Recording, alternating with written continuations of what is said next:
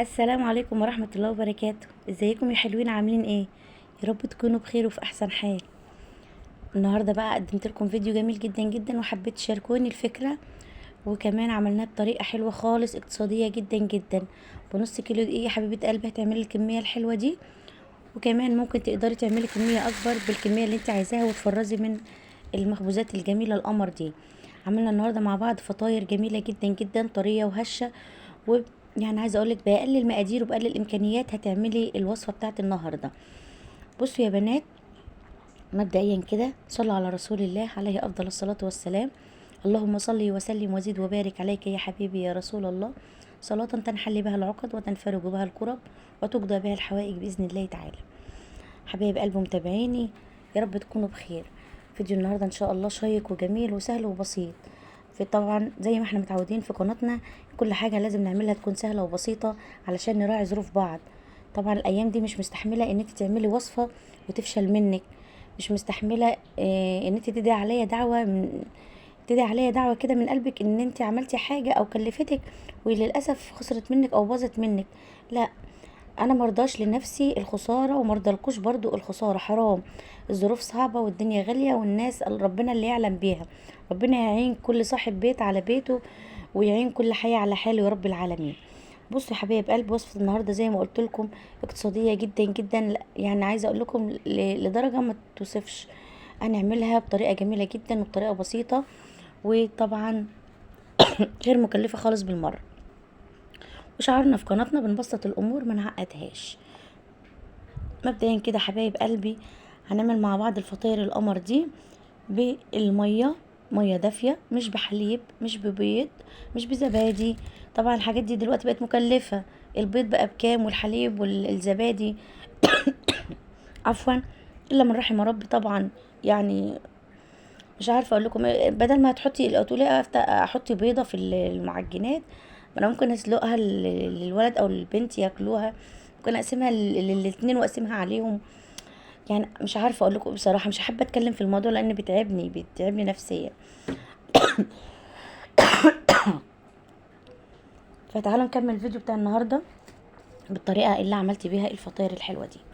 مبدئيا كده معايا كوبايه من الميه الدافيه، ومعايا معلقه كبيره من الخميره الفوريه، ومعلقتين كبار من السكر.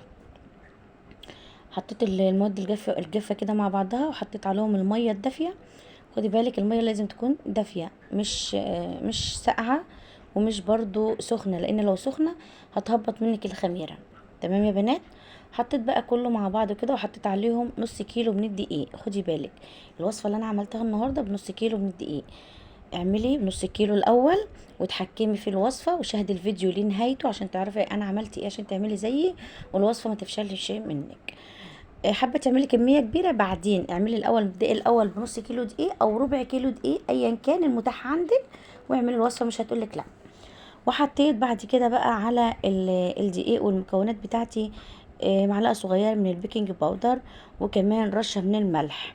وبدات بقى ايه، شلت المعلقه وبدات اخلط العجين بايدي كده، لان طبعا المعلقه مش هتنفع، فبدات اخلط بايدي كده العجين. طيب مبدئيا انا حطيت في الاول كوبايه الا ربع من الميه، كوبايه الميه العاديه اللي موجوده في كل مطبخ. حطيت في البدايه كده كوبايه الا ربع، وسبت الربع كوبايه ايه وقلت لو احتاجته. بعد كده ضفت الربع كوبايه تاني. تمام. انا مش هسيبك غير لما اقولك الوصفه بتاعت النهارده عملتها ازاي واتكلفت قد ايه وخدت قد ايه ميه. تمام. دلوقتي انا هبدا اعجن العجينه بتاعتي والمها كده كويس خالص.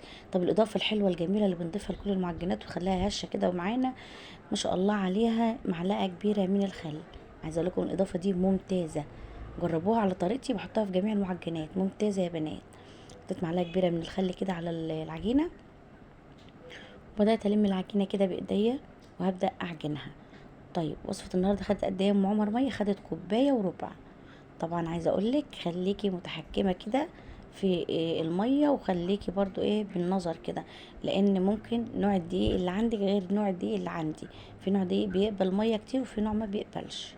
تمام. تمام. لحد كده واحنا كويسين اهو. بدأنا بقى نلم العجينه بالشكل دوت. هبدأ اشيلها من الطبق واحطها كده على المفرش وعندك على الرخامه، وابدأي بقى اديها بوكسات ولوكميات وطلعي غل الدنيا كله في العجينه بتاعتك. مع ان والله ايدي بتوجعني، بس انا ببدأ ايه، المها كده واحده واحده واريح شويه. حتى لو تلاحظوا ان انا بفصل الكاميرا بريح شويه عشان ايدي بتوجعني، وما بقدرش اعجن او اعمل حاجه كتير بتروح وجعاني. فرحت ايه لماها بالشكل اللي انتوا شايفينه ده يا بنات. وبدات حطيتها في البوله تاني، وهديها بقى ايه دهنه زيت كده من على الوش، واغطيها بكيس بلاستيك، واحطها في مكان ايه دافي عشان تخمر بسرعه. العجينه بتاعت اللهم بارك خمرت كده وريحتها فاحت. رحت لماها، بصوا استك ما شاء الله عليها، مطاطه كده وجميله، مفيش فيها اي تكتلات، معجونه كويس. طيب انت بتعملي ايه يا ام عمر؟ لا انا مش هقطعها كده، احنا متعودين بنقطعها كور عشان نطلعها بالحجم اللي احنا عايزينه. لا انا مش هقطعها كور صغيره، انا هقطعها كده. العجينه بتاعتي اقسمها على 3 كور كبار الحجم دوت. طبعا ما تنسوش احنا شغالين بنص كيلو دقيق، وعمل معانا كميه حلوه خالص اللهم بارك. لو انت بتشتريها من اي مخبز هتجيبيها بمبالغ عاليه. طبعا احنا الايام دي عايزين نوفر، مش عايزين نهدر الدنيا، عشان يدوب احنا عايشين بس كده ايه، يدوب الاساسيات، مفيش رفاهيات خلاص، احنا نسينا الرفاهيات. فربنا يعينكم يا رب، ويعيننا ويعين كل الناس على حالها، ويصلح الاحوال، اللهم امين يا رب العالمين. بصوا يا حبايب قلبي، لو تلاحظوا العجينه بتاعتنا ما شاء الله عليها جميله جدا جدا، استك كده ومطاطه، وما شاء الله عليها كده تحت ايدي ملبن.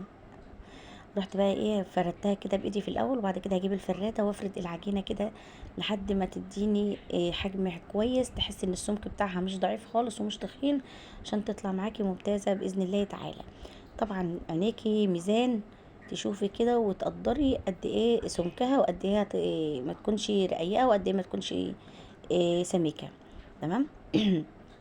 ما عندكش الفراده افردها بايدك عادي. فحبيت كده افردها بالفراده العاديه دي. وبعدين بتريحني بصراحه، الفراده دي بتريحني عن النشابه.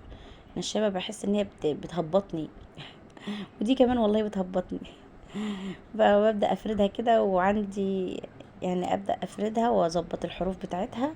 وبعدين هنبدا نجيب القطاعه بتاعتنا، قطاعه بقى سكينه الموجود عندك اشتغلي بيه، مفيش مشكله خالص يعني. وزي ما قلت لكم بنجيب القطاعه، بنجيب السكينه، اي حاجه الموجوده عندك اشتغلي بيها. جبت السكينه كده بتاعتي، هي مش احلى حاجه يعني، بس سكينه عاديه بتاعتي يعني، مش بحب التكلف انا بصراحه. فاعذروني لو المنظر هيضايقكم، السكينه بتاعتي مش حلوه، بس هي دي السكينه الموجوده عندي. لما ربنا يكرمني باذن الله تعالى هجيب سكينه حلوه.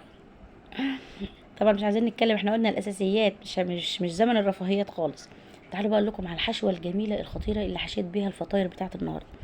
الحشوه دي اختراع وحصري عندي في قناتي، بس مش عند حد تاني. دي جبنه براميلي، وحطيت عليها معلقه كبيره من العسل الاسود. خدي بالكم، جبنه براميلي وعليها معلقه كبيره من العسل الاسود، وقلبتهم كده مع بعض، وسبتها ايه حوالي ساعه. يعني سبتها زي ما بنقول كده بتعتق او تتسمغ، تاخد وتدي كده مع بعضها الجبنه مع العسل. عايزه اقول لكم خطيره خطيره يا بنات. الجبنه البراميل اللي هي القديمه الحادقه، حط عليها معلقه عسل بتكسر سنه الملوحه اللي فيها، وكمان بتديكي طعم مزازه كده حلو، وسكر مع حادق. جميله جميله الطريقه دي. طبعا انا قلت لكم دي حصري عندي، بس محدش عملها قبل كده، انا عملتها. واللي وصل معايا لحد هنا في الفيديو يقول لي وخبط لي احلى لايك على طريقه الجبنه. اللي وصل معايا لحد هنا في الفيديو يا بنات صلوا على رسول الله، عشان اعرف انتوا وصلتوا لحد هنا في الفيديو وعرفتوا ان انا قلت لكم على الطريقه الحصري عندي في قناتي. بصوا بقى ببدا بلفها ازاي. بحط الجبنه في طرف الفطيره، وابدا الفها بالطريقه الجميله اللي انتوا شفتوها دي. طريقه حلوه جدا جدا، وشكلها جميل، وبتشاهي تفتح النفس كده على الاكل. طبعا احنا كلنا متفقين ان العين بتاكل قبل البق، فلازم المنظر الجمالي يكون اخر حاجه بصراحه يعني. فبدات بقى ايه، ممكن عندك اشكال كتير ممكن تشتغلي بيها، بس انا حبيت الشكل دوت اعمله حاجه كده جديده، ما عملتهاش عندي على القناه قبل كده. وفي نفس الوقت برضو ولادي ما عملتهاش قبل كده بالنسبه لهم، فحبيت تشاركوني الوصفه والطريقه، لعله تنفعكم وتقدروا تطبقوها برضو من اولادكم. الفطاير دي بقى تعمليها بدل السندوتشات في اللانش بوكس، جميله جدا.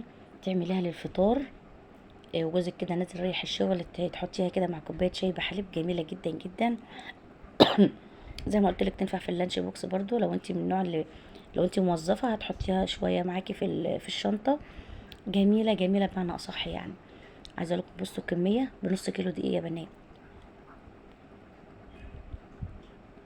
نص كيلو دقيق اعمل منها كميه حلوه خالص اهو بالشكل دوت. دهنا الصينيه بتاعتنا دهنه زيت، وحطينا ورصيت الفطاير فيها. بعد ما خلصتها هسيبها حوالي 10 دقايق تاني تختمر تاني. طبعا كلنا متفقين ان مراحل التخمير في العجين بتكون على مرتين، المره الاولانيه وهي لسه عجينه، والمره التانية بعد التحضير. هنسيبها تختمر 10 دقايق، وبعد كده نولع الفرن بتاعنا على درجه حراره 200، وندخلها على الشبكه كده في النص، تاخد لون من تحت، تحس ان هي كمان انتفخت وحجمها زاد، تاخد لون حلو من تحت. وبعدين نطفي الفرن ونشغل لها الشوايه، تاخد اللون القمر من فوق. بعد ما بتطلعيها بقى، دي اهم حاجه واهم تركايه، بتديها دهنه زبده كده من فوق من على الوش، او دهنه سمنه بالفرشه بتاعتك، وتديها رشه ميه بسيطه خالص خالص، او بخاخ ميه لو عندك البخاخ بتاع الميه، وتغطي عليها. بصوا مش عايزه اقول لكم كده، في ناس تغرقها ميه وتبقى عجينه، لا لا لا، ابعدي اوعي. بصي لو انت مش هتقدري تتحكمي في موضوع رش الميه على الفطاير ده، ممكن بعد ما تدهنيها دهنه الزبده او السمنه تكتفي بكده، وتغطي عليها بصينيه او حاجه، او تدخلها فرن تاني بعد ما تطفيه عشان تبدا تاخد حراره الفرن وتطرى. تمام، البخار بتاعها يسويها يا بنات، تطرى كده وتبقى طريه، ما تكونش ناشفه معاك. ده اهم تركه، اهم تركايه في الفطاير، ان انت ما تسيبهاش تنشف. تمام. دي بقى النتيجه النهائيه للفطاير القمر بتاعتنا اللي عملناها النهارده. سهله جدا جدا، بسيطه، غير مكلفه خالص بالمره. هقولك على بدائل الجبنه لو عشان ما تستصعبيش الامر. ان الجبنه اللي انا عملتها زي ما قلت لكم حصر عندي على قناتي، جبنه البراميل، وحاطه عليها معلقه عسل اسود. لو انت حابه، بص قلب العجينه، قلب الفطاير جميل ازاي، وهش مفتح ورق، مش مكتوم ولا حاجه. بصي هقولك على البدائل للجبن. ممكن تستعملي الجبنه براميلي ساده من غير ما تحطي عليها العسل، ممكن تستعملي الجبنه الفيتا، ممكن تستعملي الرومي، ممكن تستعملي اللانشون تحطي في الفطاير دي برضو للولاد، تفرحيهم كده وتوديهم بيها المدارس. يعني بدائل كتيره قوي.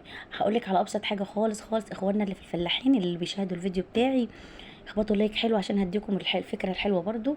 لو انت عندك الجبنه القريش اللي في المش، عارفينها طبعا، دي العشق العشق بقى. هتطلعيها وتشطفيها تحت الحنفيه شطفه حلوه، تطلعي منها المش اللي فيها، وبعدين تهرسيها بمعلقه زيت واحشي بيها الفطاير. ايه رايكم؟ ابسط من كده مفيش يعني. عايزين نسمي القناه بتاعتنا قناه البساطه. اللهم بارك، ربنا يدينا على قد نيتي يا رب العالمين. ربنا يا ربي يحسن ما بين ايديا وايديكم، ويجعل المحبه والموده دايما ما بيننا، احلى جمهور واحلى متابعين. ربنا يديمكم نعمه في حياتي، ويجعل دايما بيوتكم وقلوبكم عمرنا بالخير يا رب يا رب العالمين. بحبكم في الله، انتوا جمهوري، انتوا عيلتي الكبيره اللي دايما بيكم بفتخر، اللي دايما بيكم مرافعين راسي. ربنا يزيد المحبه ما بيننا ويزيد الموده، ويجعلنا دايما كده ايه، عيله اكبر واكبر. كمان شير ولايك وسبسكرايب للفيديو بتاع النهارده، شاركوه مع كل اصحابكم وحبايبكم عشان الكل يستفاد من الوصفه بتاعت النهارده الاقتصاديه الجميله دي يا بنات. بحبكم في الله، ربنا يا رب يديمكم نعمه في حياتي. استودعكم الله الذي لا تضيع ودائعه.